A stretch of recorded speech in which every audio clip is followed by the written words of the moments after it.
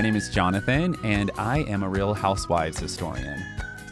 Hi, I'm Tommy, and a quirky thing about me is that I remember the release dates of most movies since May of 1995.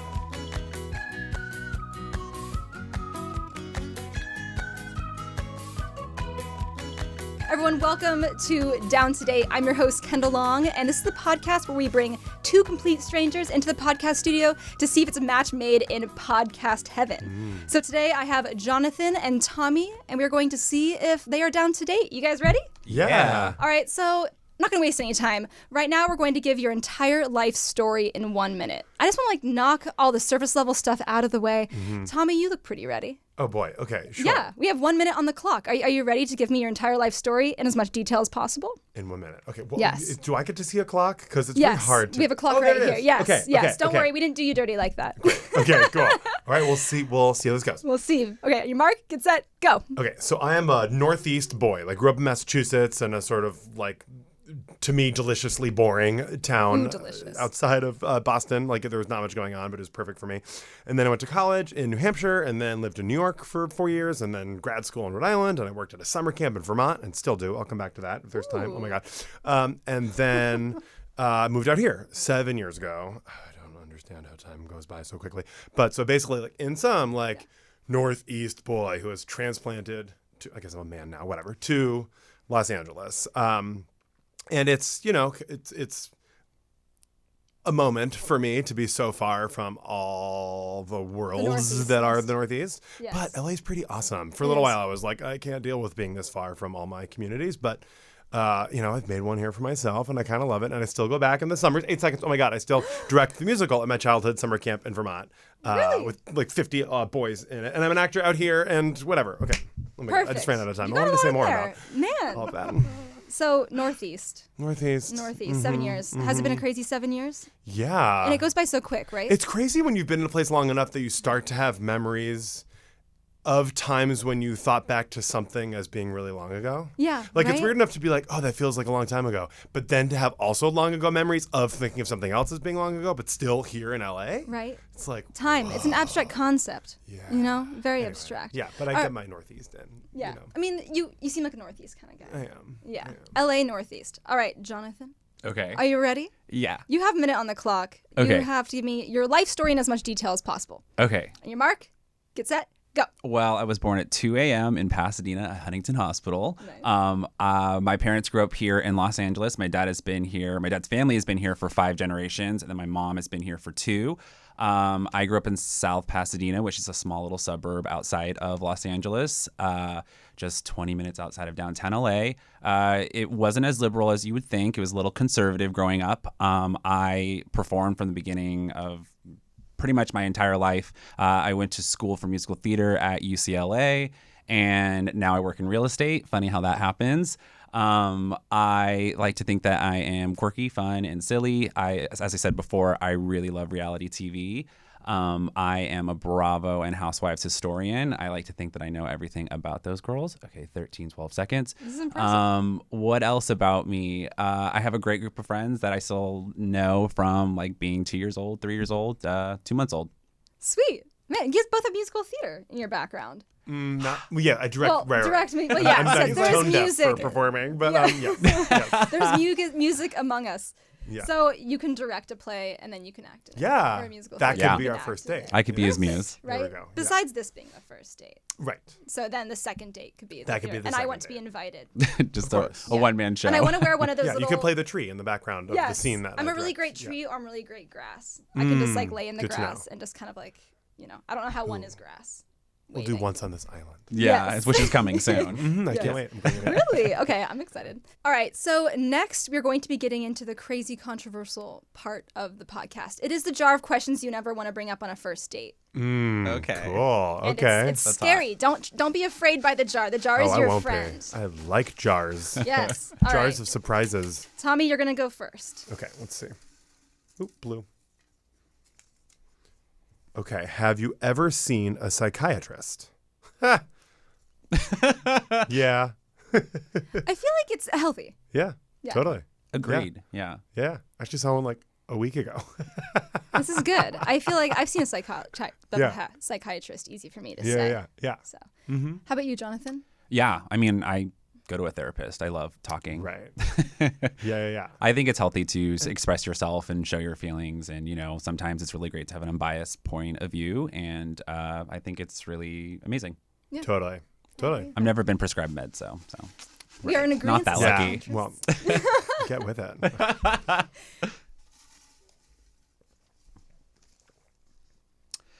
How many relationships have you been in? Oh, me. I've been in one serious relationship. Yeah, how about Cool. you, Tommy?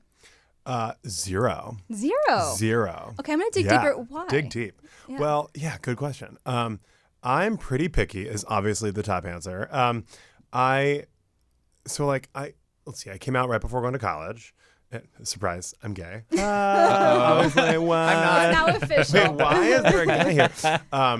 And then I went to college in New Hampshire where there was like no one, right? And then in New York, like there weren't really dating apps yet. And I was like the glue of platonic friendship groups. And I was just like, I'm too busy. Yeah. And then I went to grad school where there was no time. And also Providence was pretty much a dead pool. And so then by the time I moved here, I mean, I've been doing a lot more dating here in LA. And there have been a number of people where I've gone on, a good number of dates, but it's never gotten to a relationship. Partly because by the time I moved here, I was already like in early 30s, and I just sort of hinted at my age. And I just have built routines. Well, do you feel like you're open and ready for a relationship? I do feel like I'm open now? and ready, but I also feel like I recognize how much more it would cost me, how much more I'd have to sacrifice than your average person to make room for a relationship because of how full my life has built itself to be over this many years. I mean, there's of being something single. beautiful about that, about being Right. like a whole person. Right. So I say to people sometimes, like, I don't have a relationship-sized hole in my life, mind, routine, heart. You know what I mean? Mm-hmm. So it's challenging, but Yeah. I feel like ready to make that space if Yeah. the right guy comes along. How about you? Because I feel like one relationship is also like not as many relationships. Why do you feel like you've only had? Yeah. So, I mean, I didn't have any relationships in high school. I wasn't out of the closet. I feel like I kind of came out of the closet at a later point in my life, which was actually like privately to friends right at the end of high school. And then college, I kind of went to UCLA with glitter coming out of every orifice. Like, I'm gay.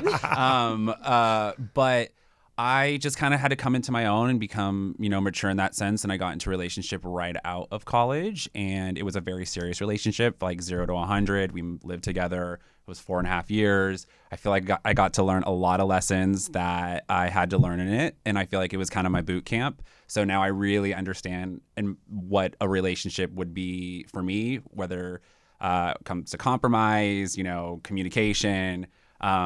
So yeah, I feel like I haven't had the time to really have other ones. If it were like, shorter, smaller ones, then yeah. But I was in a very serious one where it's like, we're getting married. And then all of a sudden I was like, no, we're not. I mean, both of you guys seem Did to you have. say it like that? No, we're not. Probably. No, probably a okay. lot more tears. Aw. Yeah, okay. What's a breakup without tears? You have a to. little bit, yeah. So you can put on that Adele album and be like, this is my album. Oh, So you like love everybody. listening to sad music after a I do. breakup. That's I'm- like my guilty pleasure. I'm so yeah, masochistic yeah. like that. Like Yes. I need to like feel we like love shit. it. We love the sadness. Yeah. Right? That's All what right. it's for. One more of these crazy questions. Okay, I'm going to dig to the bottom of this jar, Yes, to the get area crazy. no one's ever grabbed from before. Ooh, and this Red, is a we got all long three one. colors out here. Okay. Which are the main destructive factors in today's marriages? Lack of trust or jealousy? I don't know. I guess I'd say jealousy. Yeah. Why do you say jealousy? Because I feel like most people that are close enough to be, for example, married to each other, have a pretty solid, baseline of trust. But jealousy is pretty hard to control. Jealousy of what is going on in your partner's life, or jealousy of like what's going on in someone else's relationship that you know what I mean. Mm-hmm. And I think that both jealousy really, either version of jealousy really rears its head in ways that are hard to avoid, and I think like have ripple effects in the fabric of Yeah. communication and coexistence. Yeah. Well, what I'm curious is, Jonathan, do you think what's worse? Jealousy or a lack of trust? I would say a lack of trust, just because sometimes jealousy can be healthy to like, want to be viewed in your partner's eyes as a certain way. But I think once you do something detrimental to the relationship to lose that trust, it takes so much to regain it. And there's a lot of emotional things that you're going to have to go through. And once you don't trust somebody, sometimes people just never come back. Yeah. True. It's hard to recover from that. What do you think, Tommy? Yeah, I mean, it really depends on what the person values, because jealousy could be like, the poison for them, versus someone could get over something as simple of breaking trust. But it really just depends on the person. yeah. This is true. We all have factors in our past relationships and past experiences that have led us to be the lovers and relationship people we are today. Right. So, those two fundamental things could be the make it or break it part of a relationship. Yeah. Scary stuff. All right, I'm sharing with you a very embarrassing story of my childhood. When I was younger, I actually used to use male's deodorant because I would have soccer practice and track practice, and I would literally sweat so much that I needed something super strong.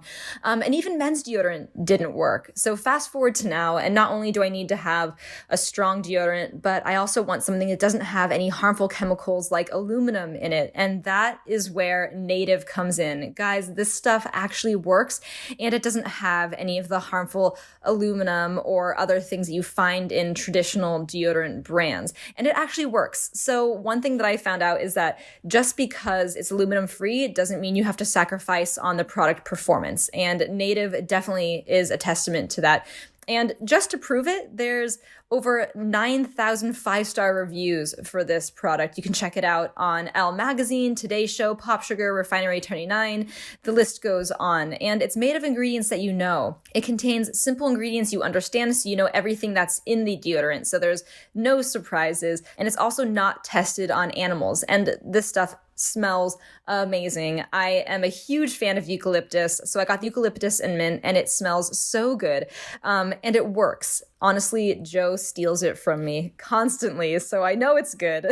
They also offer free returns and exchanges in the United States, so if it doesn't work for you, you can return it, but chances are it probably will work very well for you, just like it did with me. Right now, you can get 20% off your first purchase. Visit nativedeodorant.com and use my promo code LONG during checkout. That's nativedeodorant.com and promo code LONG for 20% off your first purchase.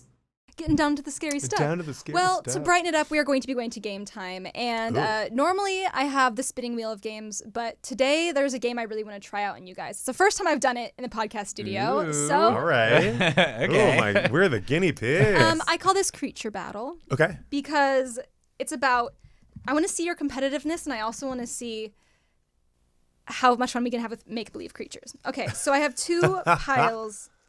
Let's see.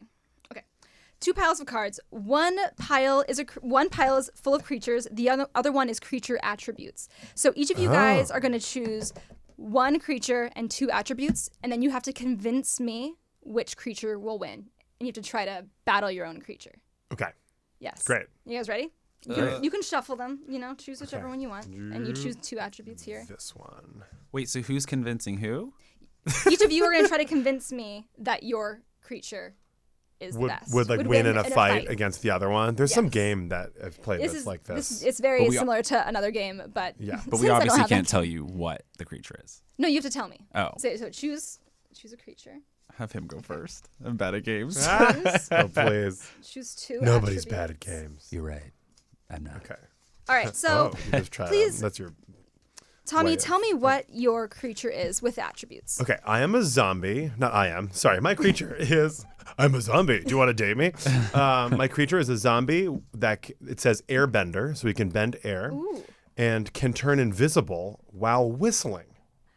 impressive. Okay. All right. Well, that means that you can hear where he is. This is true. Okay. That, it's give and take. How about could be you, challenging. Jonathan? What's yours? Mine is a giant marshmallow man, and he can breathe underwater, and he rides Pegasus. Ooh.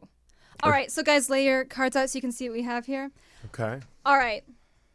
So now I want to see a creature battle between both of you guys. Okay. Okay. First, Jonathan, why would the giant marshmallow man win against the zombie? Yeah, come on. Because zombies float, and he can go underwater, and he can breathe underwater. Therefore, he can go under there and make a lot of plans. And riding with his Pegasus, I think that's something that flies, right? It's like that. Yeah. It's like a animal. flying horse Yeah, in Hercules. so he could go underneath there and plot it. And I feel like zombies are kind of just like they're slow and lazy. I think these attributes allow him to really kind of just go anywhere. Are you going to take that, Tommy? You're going to take that? Well, no, because I can avoid the water, And I could maybe hide somewhere that the Pegasus can't fit or your giant marshmallow thing can't fit. Plus, even if I do end up facing you, I can bend air. And there is some air in water, right? H2O. I sure hope so. Well, it's not really much. We're missing a little oxygen thing there, atom. But I can avoid the water, whatever. But as long as I stay out of the water, then I can bend air, which can just bend anything around you.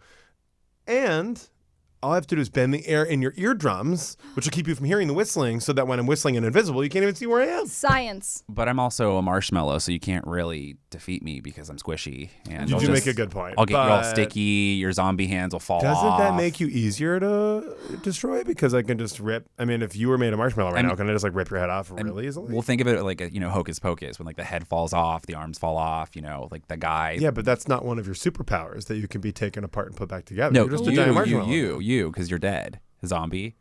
Oh yeah. You're brittle. Oh yeah, but Like you wouldn't even get to me to hit me, and I could reform the air around me whenever you're getting close to hitting me. You're right. You guys are Marshmallows both have some creatures air that in can it. be ripped apart Yeah. and still live. I feel like I get stuck anywhere, to I be feel like honest. we'd wind like a up just sort marshmallow. of becoming one person, a zombie ripped apart and A pieced back zombie together ripped with apart marshmallow. man. Yeah, there's like a Yeah. marshmallow with like arms sticking out of it. Well, do zombies eat marshmallows? No. No, they eat people, right? Yeah. Yeah. Wait, what happens with the Twinkies in Zombieland? Because that's with zombies, and there's marshmallow in Twinkies, right? So There's fluff. I don't Fluff remember. under it. There's so many zombie movies that are out right now. It's like, how do you know how to kill a zombie at this point? I just like slice them. Slice them I with don't your... watch any of them, but I saw the With my first words. Zombieland 10 years Yeah. ago. It opened, on October Yes. 2nd, 2009. See, already proving And, your skills right here. Yeah. And it was fun, and I just remember I think Twinkies was a way to like hurt zombies. Oh no. Was there just a confession here with the zombie? So maybe the giant marshmallow man would win. I would win. No. I think you might have ruined yourself. Oh no. Your But I zombie can't might have remember. I died. just remember that people wanted the Twinkies, but it might just be that like people just really were into the Twinkies. Next, we're going to go through the more in-depth questions, and this is really geared towards you guys really getting to know each other. So in front of you, you have questions you're going to be interviewing each other on. But I want both of you guys to answer the question that is asked. So if Jonathan, you ask a question, Tommy's going to answer it first, and then you are going to also answer it. Okay. Yeah. Cool. So what you don't know is I'm not going to be here during this part of the podcast. wow, You guys are going to really? be asking each other by yourselves. I trust you, though. Yeah. What is the last thing you regret? Like important thing or like I mean, this is what comes to mind. On Tuesday, I was out and about all day and started to feel sick in the middle of the day, and I left a tutoring appointment to drive to meet friends for like a dinner and games night at my friend's apartment in the Valley. And as I started driving, I was like, I feel awful, like I might throw up. I should just go home.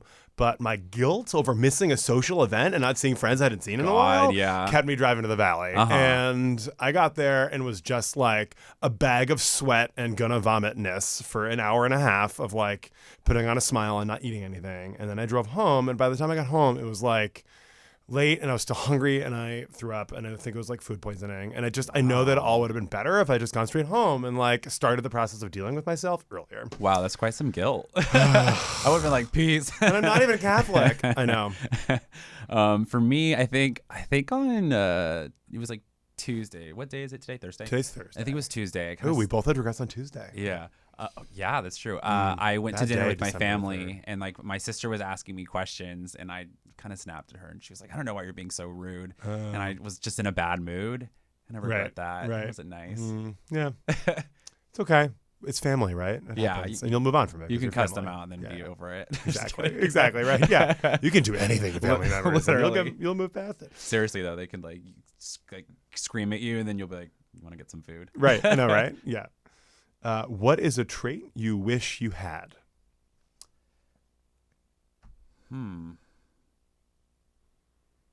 I wish that I was not. I wish I was more. I'm a procrastinator sometimes, and like I can really push things off to the last minute, but they always get done, and they always get done well. But I wish I was much more of a planner. When it comes to certain things, I am a planner, but when it comes to like personal things, I feel like I'm a procrastinator.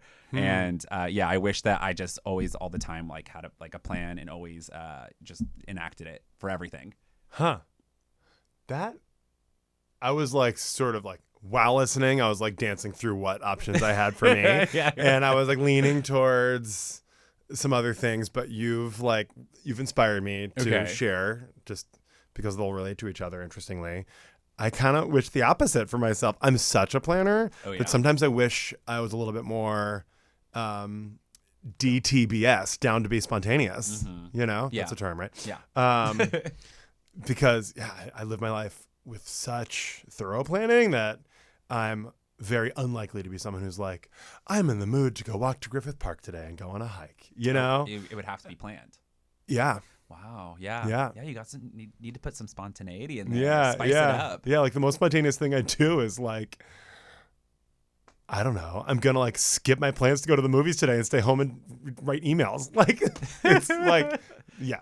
Still productive. Yeah, I know, right? It's like, that's my version of spontaneity. Wow. I'll be like, I'm going to go on a trip. I'll buy my flight. Right. Here we go. Oh, no. Yeah, not me. No. Okay. Interesting. Yeah. Your turn. What do you think someone finds attractive about you? I'd say mainly like my sort of positive energy and like, I think I'm seen as, I mean, I hear this from people. I don't necessarily think this myself. Maybe I do. But that I'm like seen as having like a fun loving, bubbly energy. And I think people are drawn to that. Yeah.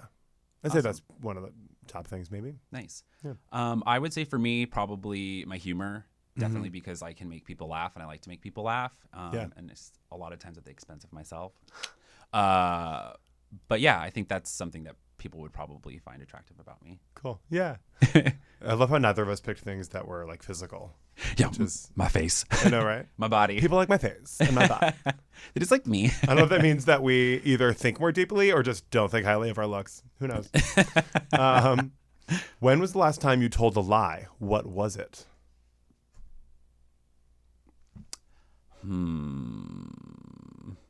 I think it was today when I was on my way. I said I was on my way to work to my business partner, but I was sitting at home. I was working. I wasn't on my way yet. Right. So Exactly. I was still productive. It's all planning stuff, right? That's where I most often lie. Like, so mine is I emailed last night. I work for this company that sends people like me into schools to do after school programming. So I direct a musical at an elementary school. But I'm not actually directing at any of the schools right now.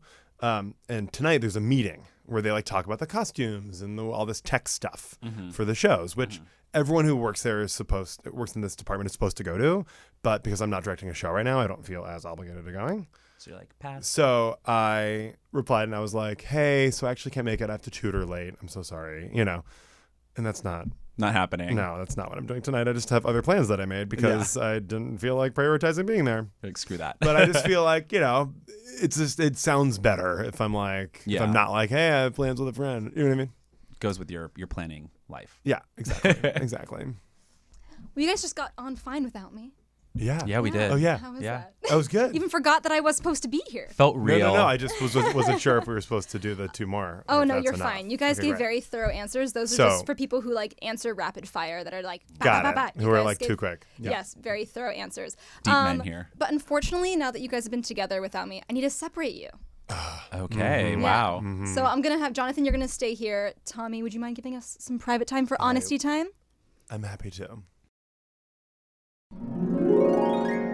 Honesty time. So yes, intriguing. You guys seem to hit it off, seem to have a good conversation flowing. So what was your first impression when you saw Tommy come into the studio? He looked tall. Yes. And jovial and was already cracking jokes, which I really liked, and seemed like he was confident and sure of himself, and had a nice smile. Yeah, he has like that larger than life energy. I love that. Definitely. I love characters. Yes. Like, the kookier the better. And you guys are both into musical theater. Yes. Which I find is an important, I mean, I actually recently have gotten into musical theater, and it was like a world that I didn't know existed until a couple years ago. And I have seen like so many musicals and I'm obsessed. So that's awesome. Yeah. So it's like a new budding romantic relationship between me and musical theater. I love that. Yeah, but that's wonderful you guys have that in common. Yeah, definitely. I think that's like a very specific thing to like, and because sometimes people are like, absolutely not, and then you're listening to it, like turn it off. You're like, fuck you. Yeah, like as soon as like a show comes out, you want to like hear the entire soundtrack. Like I feel that passion. Yeah, definitely. So are there any red flags? Because Tommy did say that he's never been in a serious relationship before. You know, I have to be honest, that's definitely a red flag for me, just because the last time that I was in a relationship, I actually told myself when we broke up that like I do not want to date someone who's never been in a relationship, just because there's so many things you have to learn about compromise and communication and trust. And I just feel like once you've already been through it, you kind of understand that, so you won't have that battle. So if I'm being frank, like that would be something that I'd be a little cautious over, just because it makes me nervous. But you know, at the same time, you can't really chastise someone just because they haven't found that person. But a little part of me on the inside is kind of like, uh-oh. Right? Like I would feel like a little bit of the fear of like, ooh, is this going to be something serious, or is it, you know, like what you want to be on the same page in terms of like where you want to see a relationship going. Yeah, and for me at least, it's also like, is there going to be some immature aspects of this relationship that I don't want to deal with? Like I don't really want to play those immature games, because when I was first in my relationship, I had to go through all these lessons, and I feel like I was acting like a nutbag. I was also 22, so that also influences a lot. As one does when they were 22, yes. But yeah, just like that to me would be something I don't want to deal with. I'm very not at that point of my life, but he seems mature, so. Yeah, he seems very mature. The one thing that I would say is with someone who's never been in a relationship, do they understand the idea of like the give and take? Mm-hmm. You know what I mean? It's not 50-50 all the time. Yes, exactly. Yeah. Compromise. Yes, compromise. Compromise is such an important lesson. I know. I literally thought I thought relationships were going to be like what movies had taught you. And when I got into it, it was like, holy shit, this is completely the opposite. And then everything just made sense as to like why there's so many other movies that aren't, you know, always like rainbows and smiles. And, you know, it's worthwhile, but it takes perseverance and, you know, commitment. And this is honestly the first date, which has been maybe like an hour now. So it's hard to judge from like that amount of time. Definitely. But hey, you know what? These are things we hear, and justifiably having red flags. So what do you think Tommy is going to say after all this? Because we are going to announce if you guys are down to date or not. Yeah, I don't know. I mean, like, I got nervous when he said that he didn't have time to date. So with someone doesn't have that like time to really put towards that part of their life, you know, it's kind of easy to just say no. I don't know. I honestly don't know. I try not to think about what someone's going to say about me, because you just never know. It could be something so silly and minuscule that as to why they don't click with you. So I like it though. Yeah, keep that out of your mind. Keep the positivity. You never. Yeah, I always worry about that too. I'm like, what's this person thinking? You know, but yeah, I always say it's like, you know, it's nothing personal. It really is just taste. Taste is, you know, subjective, and it's not saying you're a bad person. It's just saying that you're not their person. Couldn't have put it better myself. Well, we're going to bring Tommy in here. We're going to get his honesty time, and we're going to bring you back a little bit later. Okay. Honesty time. You have an amazing energy. Thank you. You do. Thank you. As you said, one of the attributes that you had in your you thought people would find attractive in you is like the outgoingness. Yeah. Yeah. Do you feel like that is largely attributed to maybe like focusing on yourself so much, or not like being in a relationship, or? I don't know. I think it's a combination of genes, I guess. I redo my dad's dad jokes like all the time. Like I've stolen those from him, and like I catch myself. I'm like, I'm using my dad's jokes. Right. Like that is something that I do all the time too. Hilarious. All right. So I want to know your first impression of meeting Jonathan. First impression is like, oh, here's a smiley person who looks like a fun guy that I could see myself hanging out with. But I'm not particularly attracted to him. Okay. I mean, that's fair. You know, I mean, we all have our different types that we are into. Right. So going through like the entire podcast, do you feel like you opened up more to like a potential date thing, or were you more so seeing it as platonic?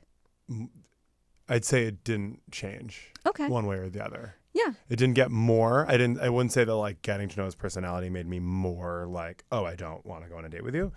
But it did reinforce where I already was, which is, oh yeah, like this is a fun, good guy. Yeah. That I indeed, as I suspected upon first seeing him, would enjoy to hang out with. Yeah. but attractions sort of stayed at the same. As I told you, I'm very picky. Yes, I mean, but you can't fault yourself for being picky. I mean, I feel like that's one of the main like important things about being in a relationship is to like have like that initial attraction. Yeah, and I would say that I'm pretty good at my first impressions are rather accurate. Yeah. Most of the time. Yeah. Obviously, you need to get to know people more fully in order to like have a full impression of who they are, and I definitely am often a little wrong in some ways.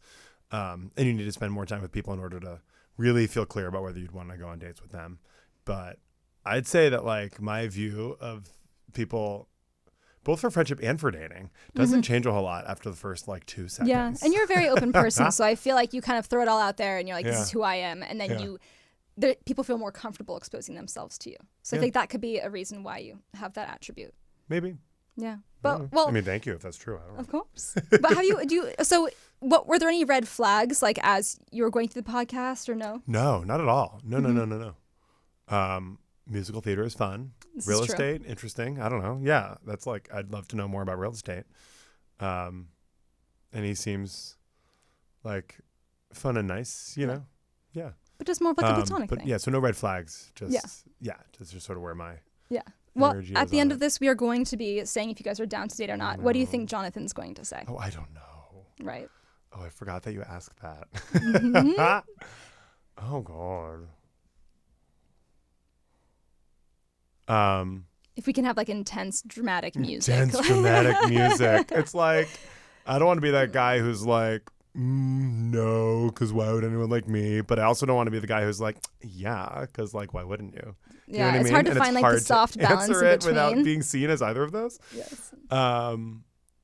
But I don't know. We'll go ahead and say yes, because why not be? Why not be optimistic? Be optimistic. I mean, right? I guess I don't know if optimistic really makes sense in this circumstance when I don't. I always feel like it's always like a positive thing when someone's like, yes, you're cool. I might as well like think highly of myself. Yes. But also not that someone not wanting to go on a date with you or wanting to go on a date with you means that you are any more or less valuable. This is true. So, everyone has different strokes for different and folks. I hope he knows that. Oh yeah, no, of course. I mean, the one thing that I love about nicely. this. Well, you are going to be saying. right. Yeah, we're going to bring Jonathan in and we are going to see if you guys are down to date. Are you ready? I am. Yes. Yeah. All right, so in front of you guys, there is a card. One side says down, one side says not. On the count of 3, you're going to expose your answers and tell us if you are down to date. Are you ready? Yeah. All right, 1, 2, 3. Down.